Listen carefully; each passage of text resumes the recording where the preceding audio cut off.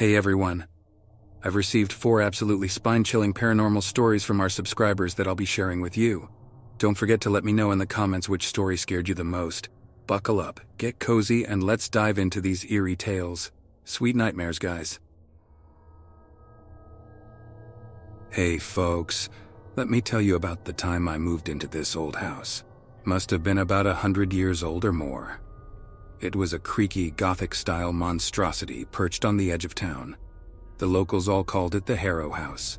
This was not my first choice, not by a long shot, but it was all I could afford at the time. My first day in, I remember thinking how much work the place needed. The paint was peeling off the walls, the wooden floorboards squeaked with every step, and the air had a stale, musty smell. But it had a certain charm, like a relic from a bygone era. I started noticing things. Little, unexplainable things. Things that made the hairs on the back of my neck stand up. It started with the sounds, distant at first like a whisper carried on the wind. I convinced myself it was just the old house settling, but as the nights grew longer, the sounds grew louder. Footsteps echoing through the empty hallways, a chilling, high-pitched giggle in the dead of night. The laughter of a child where there was none. One night I woke up to a freezing cold room. I could see my breath in the moonlight, and it was mid-July. I walked to the window thinking maybe I'd left it open, but it was closed, sealed tight. As I turned away, I saw it. A small frosty handprint on the glass, way too small to be mine. I started seeing things then. My dreams grew darker, filled with visions of a small girl, dressed in an old-fashioned frock, her eyes in black. I tried to ignore it, chalked it up to stress, lack of sleep. But the events escalated, became more tangible, more aggressive. One evening as I sat in the living room, a book flew off the shelf, narrowly missing my head. Another time I found all the kitchen knives arranged in a perfect circle on the dining table. I was terrified, but I couldn't leave. I'd sunk my last penny into this house. So I started researching, digging into the history of Harrow House. That's when I discovered the tale of little Lottie. Lottie was the daughter of the original owners. She was a lively, cheerful girl, full of life and laughter.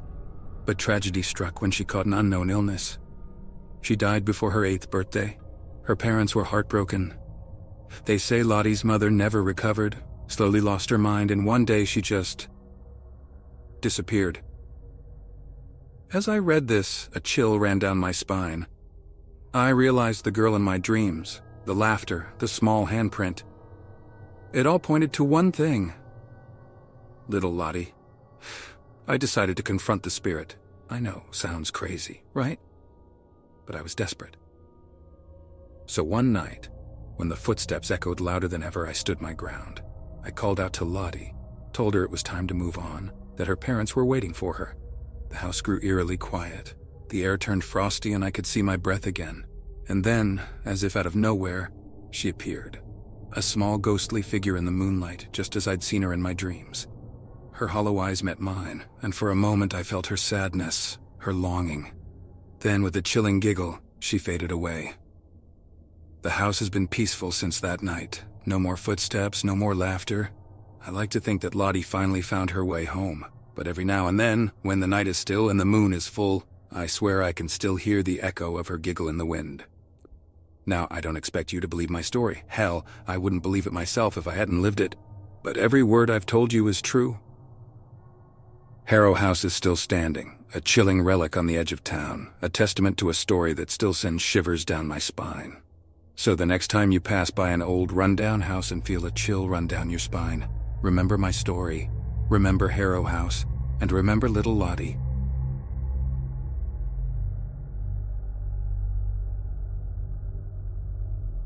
As I sit here, recounting the chilling events that transpired in a small, forgotten town, I can still feel the cold tendrils of fear slowly wrapping themselves around my mind, threatening to plunge me back into the abyss of terror. My name is Ethan, and this is my story. It was a quaint town, nestled between a thick forest and a sleepy mountain range. I had moved there to escape the relentless hustle of city life, yearning for tranquility and solitude. The town did not disappoint with its charming cottages, friendly folk, and an eerie yet comforting silence that hung in the air. Days turned into weeks. I settled into my new routine, sipping my morning coffee while watching the sunrise over the mountains, painting the sky with hues of orange and pink. However, the tranquility I had sought was short-lived. It started with whispers, barely audible murmurings that seemed to echo from the walls of my house. I dismissed them as figments of my imagination, a side effect of the overwhelming silence the town offered. Then came the shadows, fleeting dark figures darting across the corners of my vision, disappearing as soon as I turned to look. The tranquility was slowly replaced by a creeping sense of dread, a feeling that I was no longer alone in my own home. One evening, as the sun dipped behind the mountains, the whispers grew louder, more insistent. I could hear a soft lullaby, a melody so hauntingly beautiful and yet filled with despair. It seemed to come from everywhere and nowhere at the same time. I decided to investigate.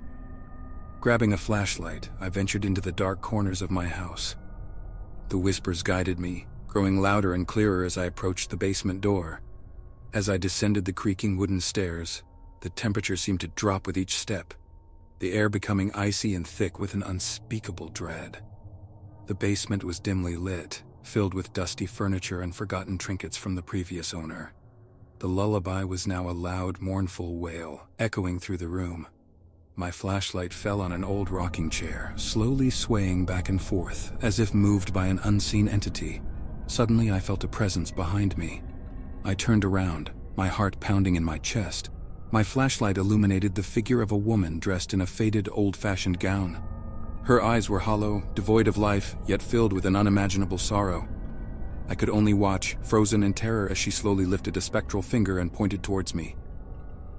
The room turned deathly cold as she began to float towards me, her mouth opening in a silent scream. I tried to move, to run, but my feet were rooted to the spot.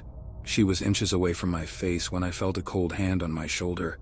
I screamed, the sound echoing through the basement as everything went black. When I came to, I was lying on the basement floor, the morning sun streaming through the small windows, the whispers, the woman, everything was gone. But the icy fear remained, a constant reminder of the horror I had experienced. I left the town that very day, seeking the comfort and safety of the city's crowded streets. But the woman's hollow eyes and the haunting lullaby follow me even now, a chilling reminder of the horrors that lurk in the shadows, waiting to be awakened.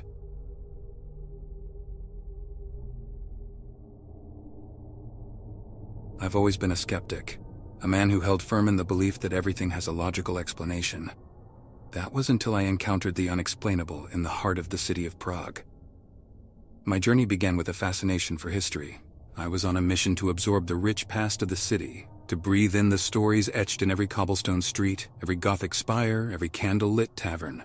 My hosts, a charming elderly couple, suggested I visit the old town square. They spoke of an old clock tower that stood there, its stone walls whispering tales of a time long past. The tower stood tall and proud against the backdrop of the setting sun, its shadow stretching across the cobblestones, a silent sentinel watching over centuries of change. As I approached, an ill-defined feeling of unease began to creep into my heart, a shiver of foreboding that I dismissed as a mere product of my overactive imagination. I paid the small fee and began my ascent up the winding stone staircase. A chill wind whispered past me, carrying a faint, discordant melody that seemed to echo off the cold walls. The higher I climbed, the more pronounced the unsettling feeling became. The air grew colder, thicker somehow. A subtle, unseen presence seemed to hang in the air, a spectral imprint of a forgotten past. Reaching the top, I was greeted by an undeniable sense of isolation. The cityscape stretched out below me, a vibrant tableau of life, a stark contrast to the oppressive solitude of the tower. I was alone, or so I thought. The first indication of the uncanny was the faint sound of whispering. It was barely audible above the distant hum of the city, a hushed murmur that ebbed and flowed like a ghostly breeze. As I strained to listen, the whispers grew louder, taking on a desperate, pleading tone. 1,000 voices, all speaking at once, yet no distinguishable words could be made out. Then the tower's old clock began to chime, its deep, resonant toll reverberating through the air. As the echoes faded, the whispers fell silent. A profound stillness fell over the tower, as if the very air held its breath.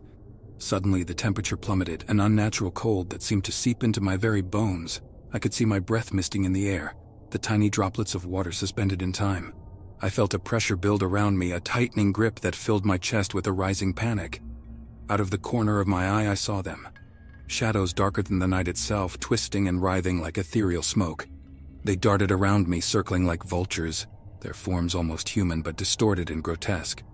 I could feel their gaze on me, a penetrating stare that filled me with a bone-deep dread. As quickly as they appeared, they vanished. The pressure lifted, the whispers fell silent, and the unnatural cold gradually faded. I was left standing alone in the tower, the echoes of my own heartbeat the only sound in the deafening silence. I left the tower as quickly as I could, the haunting experience leaving me shaken to my core. To this day, I am unable to explain what I witnessed. All I know is I felt a presence, a desperate yearning from beyond the veil of reality. I encountered something that night in Prague, in the heart of that old clock tower. Something not of this world. I may have entered as a skeptic, but I left a firm believer in the unseen, in the eerie existence of the paranormal. I have always been a man of science, a man of logic and reason, who believed only what I could see, touch, and comprehend. That was until the winter of 2016, when an unseen entity threw my world into the deepest abyss of terror. It started with a quaint farmhouse in the heart of Scotland, a place I'd inherited from my estranged aunt. As a writer, the isolation seemed perfect for my next novel. The house was old, built in the 18th century, and had an eerie charm that was oddly inviting. The first few days were calm. I spent my time exploring the house and the surrounding woods. The house was enormous, with its antique furniture, high ceilings, and dark corners. At night, the wind would whistle through the cracks, creating an orchestra of natural yet ghostly sounds. One night, as I sat in front of my typewriter, a cold breeze swept across the room. I could see my breath, despite the roaring fireplace. I stood up to close the window, but it was already shut. As I turned back, my eyes were drawn to a dark corner of the room. The shadows seemed to be shifting, morphing into something indescribable. I dismissed it as a trick of the light and called it a night. As I lay in bed, I could hear a soft whispering sound, like a distant conversation. At first I thought it was the wind, but the rhythmic pattern it took on was too consistent. I decided to investigate. Following the sound to the cellar was cold, damp, and filled with the musty smell of old books and wooden crates. As I descended, the whispering grew louder. The source was a small locked room in the corner. I'd been told that it was my aunt's study, but I'd never been inside. The whispering ceased as soon as I touched the doorknob. Each day, the phenomena grew stronger. Objects would disappear and reappear in strange places, doors would open and close on their own, and there was always a feeling of being watched. But it was the shadows that truly terrified me. They moved, almost as if they were alive, always lurking in my peripheral vision. One evening, as I was sipping my whiskey by the fire, I caught sight of my reflection in the glass. My momentary peace shattered when I saw it. Behind me, a shadowy figure loomed. It was tall, humanoid, but distorted. Its eyes were two hollow voids, staring right at me. I turned around, but there was nothing there. I tried to leave the house multiple times, but I'd always black out and wake up in my bed. The shadow figure became more aggressive. It would appear in mirrors and water reflections and in my dreams. It never spoke, but its hollow eyes were always watching, always following. In my desperation, I decided to break into the locked study room. Inside, I found my aunt's journals. She had been researching ancient Celtic lore and had encountered the same shadowy figure. According to her, it was an ancient entity, a spirit that fed off fear and despair, known as the Shadow Dweller. I had become a prisoner in my own house, haunted by an entity that existed beyond the realm of human understanding. Each passing moment was filled with dread. The whispering became constant, and the Shadow Dweller's presence was always felt. This is my story. A man of science turned into a believer of the unseen. As I write this, the shadows are closing in, whispering my name. The Shadow Dweller is here, watching, waiting. My only hope is that this story serves as a warning. For in this world there are things that defy logic and reason. Things that lurk in the shadows, unseen and unheard, until they choose to make themselves known. Thank you so much for tuning in and listening to these 4 chilling paranormal stories sent by our subscribers. If you enjoyed this video, please consider subscribing and don't forget to hit the notification bell so you never miss any of our future videos. If you could also give this video a thumbs up and leave a comment below, that would be greatly appreciated.